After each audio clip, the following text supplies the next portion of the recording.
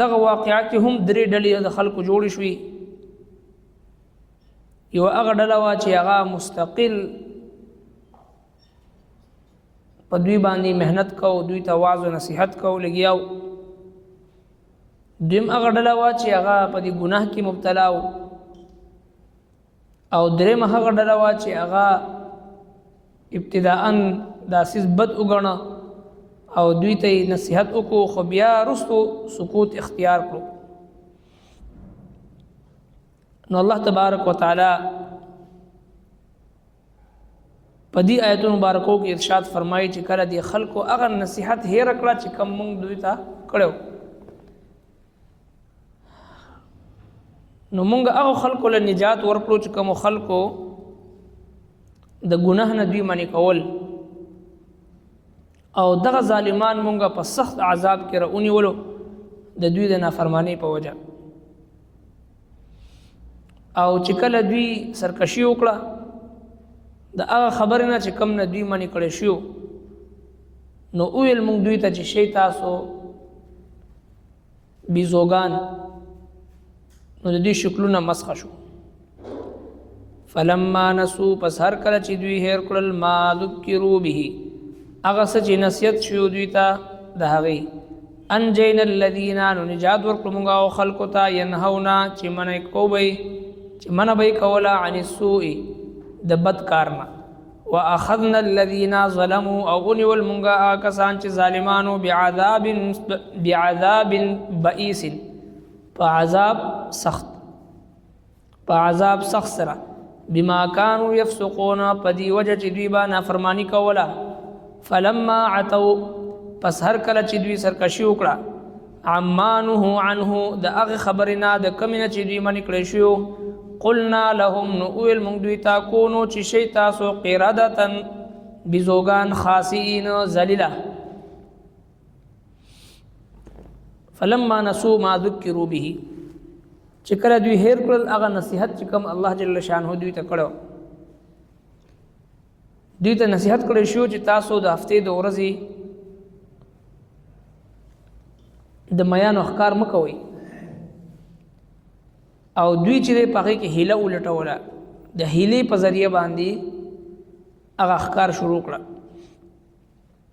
څرنګه چې خلک د هیلې په ذریعه باندې سود ځان ته حلالوي، رشوت ځان ته حلالوي، حرام ځان ته حلالوي، او شراب ځان ته حلالوي،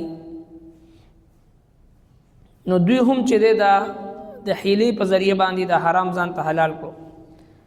نو انجینا الذین ینهون عن السوء، نو نجات ورکړو موږ هغه کسانو ته چې منع کول دوی لره د بد کار نه.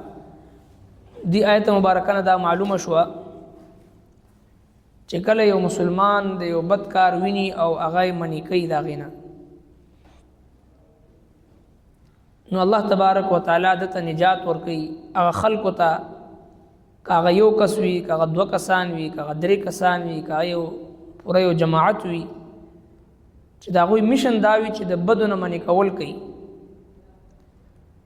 ځکه چې کوم ځای کې د الله سبحانه وتعالی نافرمانی کیږي، نو هغه ځای باندې د الله قهر او غضب نازلیږي. او چې کله یو مسلمان راوچت شي د هغه بدی او د ګناه د معصیت منع کولو دپاره آواز اوچتوي، قدم اوچتوي، د ده شاته د الله تبارک وتعالی قوت او طاقت او مدد د سره شامل حال شي،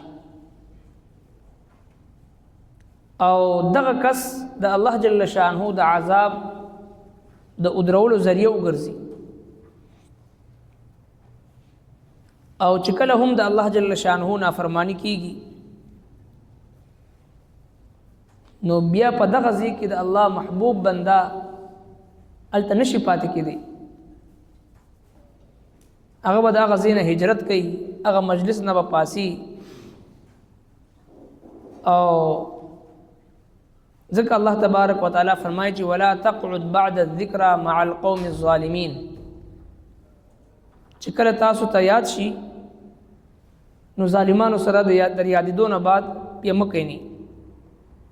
یو خو هغه وي چې انسان د هیرې سره په یو مجلس کې کښېني او غلطۍ سره کښېني، مجلس ته ګناه وي، په هغه مجلس کې غیبت کیږي، په هغه مجلس کې چې دی د غلا او د ډاکې لپاره مشوره کیږي، په هغه مجلس کې چې دی د یو ګناه منصوبه بندي کیږي، په هغه مجلس کې د قتل او غارتګیرۍ لپاره منصوبه بندي کیږي.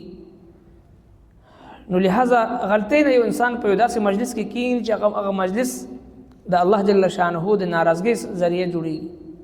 فلا تقعد بعد الذکر مع القوم الظالمین.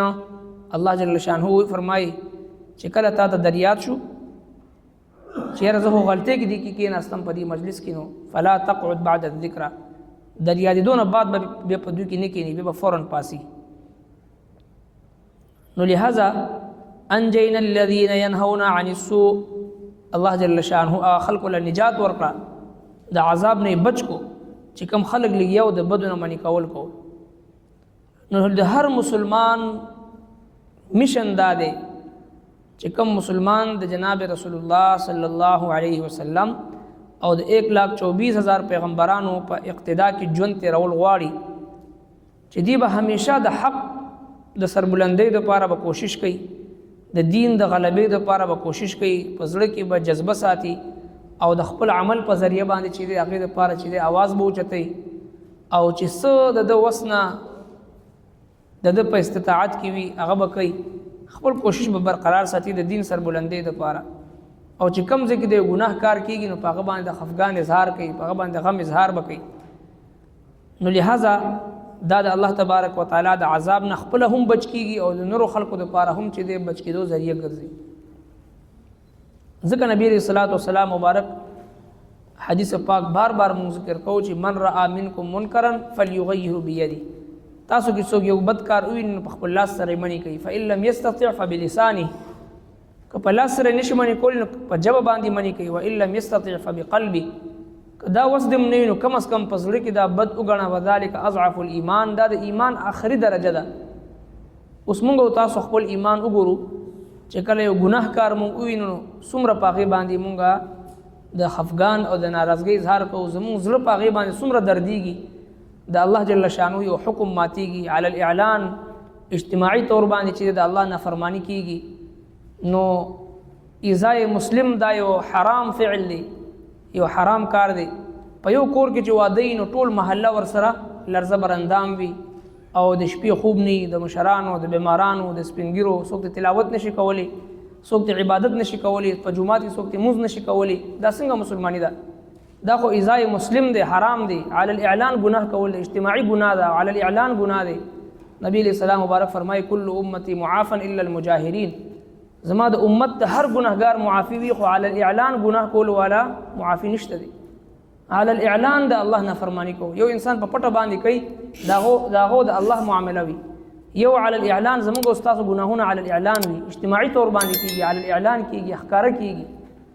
او یو ګناه نه وي، هغه ډېرو ګناهونو مجموعه وي، د ډېرو ګناهونو مجموعه وي چې کله په دې باندې نظر واچولی شي. نو ځکه الله تبارک وتعالی د دغه بني اسرائیلو په دې اجتماعي ګناه په وجه باندې په هغوی باندې عذاب نازل کړو، د هغوی شکلونه د شادوګانو بیزوګانو جوړ شو، د هغوی صورتونه مسخ کړي شو. ربنا تقبل منا إنك أنت السميع العليم وتب علينا إنك أنت التواب الرحيم برحمتك.